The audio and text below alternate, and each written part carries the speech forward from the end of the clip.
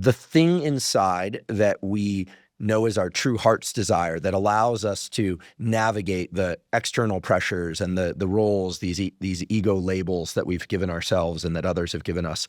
Do you know any practices to help cultivate being in touch with that? Yeah, absolutely. So the meditation that I like the most for this kind of thing is meditations around something called Shunya. Shunya means void. So if you really look at like all of the attributes of you, right? So I'm a man, I'm a husband, I'm a son, whatever, boyfriend. All of those things are like qualities. Even a loser is like the presence of something, right? I'm a loser, I'm pathetic. That is the existence of a negative thing, a negative valence thing. So if you really look at what you are, imagine, Andrew, for a moment, this is going to be hard, but imagine that you only existed for 10 seconds. What would you be? Like you'd be almost nothing, right? You just get this flash of experience, but you have no narrative identity. You have no sense of self. All you are is just a raw receiver of an experience.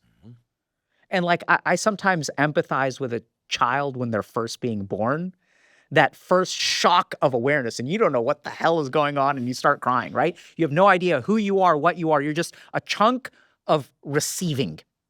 So there are Shunya practices which allow you to connect with the void within you. And the void within us is actually the most basic part of what we are. It's actually what's at the bottom.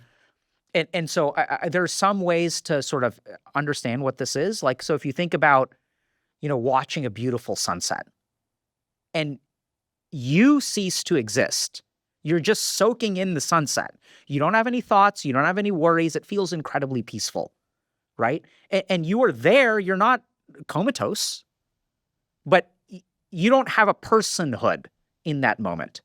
Another really great example of this is like, if you really need to pee and you're like waiting to use the bathroom and then finally you get your turn, the moment you start peeing, you cease to exist, whether you've got mortgages or you need to get a Valentine's Day present or you have to do this, you have all those thoughts. You were just there as a nothing.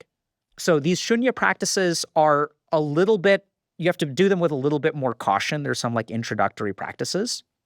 One example is if you close your eyes for a moment, this is going to sound kind of weird, but like, where do you feel your body? Like, so think about proprioception, right? So like pay attention to your arms, your head, your nose. So what I want you to do is focus on the area of the solar plexus and look for like an absence of feeling there. Like as you breathe in and out, like you can feel your rib cage expands.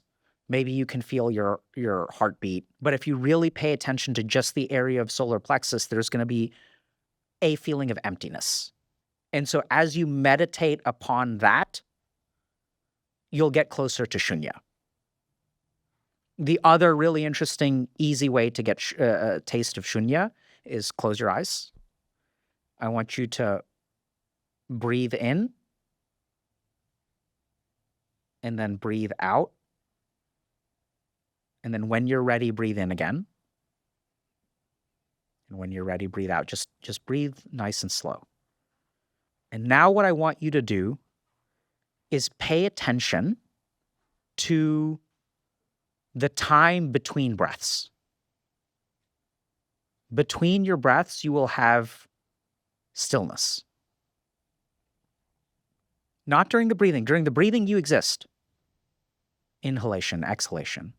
But in between exhalation and inhalation, there's a very beautiful stillness.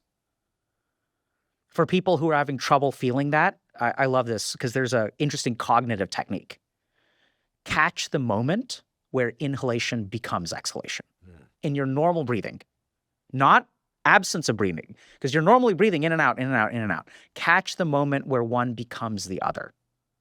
That'll help you find Shunya. And Shunya is defined as the void. Void. It's also zero. Emptiness. Yeah, there's no thought of roles or anything else. And here's the beautiful thing. Like, once you find Shunya, you can go into it. So it's like, as you practice this, right? So I'm sure that there's some neuroplasticity going on where your brain is wiring. And then like when bad things happen to you, it's happening to my body. It's happening to my mind. In here, there's nothing. So I tested this when my dad passed away. So I remember like going to the funeral and seeing his body. I remember touching his skin, like his face, and shocked at how cold he was. Like it was like my dad, but he's like ice. And so I was grieving and I was sad and I was crying, but I was like, is that thing still there?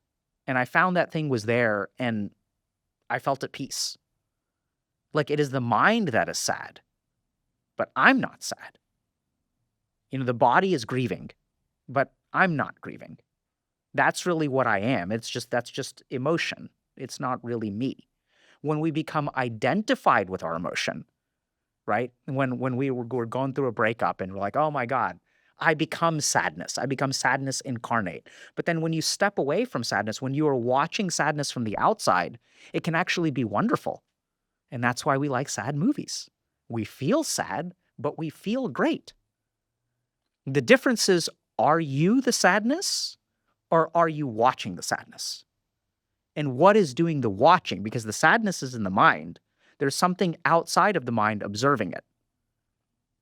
That shunya will help you find that thing.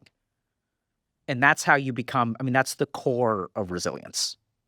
So when I work with these influencers who are being stalked and, just no matter what they do, someone is there unhappy with it, right? Because you're talking about the internet where they're literally people out there who are delusional, who are projecting all kinds of stuff onto you. They've never met you, Andrew. And then they say that you're the incarnate of evil.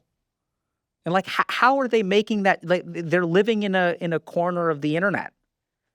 And so in order to withstand that, in order to withstand the judgment, in order to withstand the poison darts, right? The interesting thing, if you want to be impervious to the poison dart, is you are inside. The poison dart hits your ego, it hits your body, and the poison flows through you and it hurts, but you are actually even beyond that.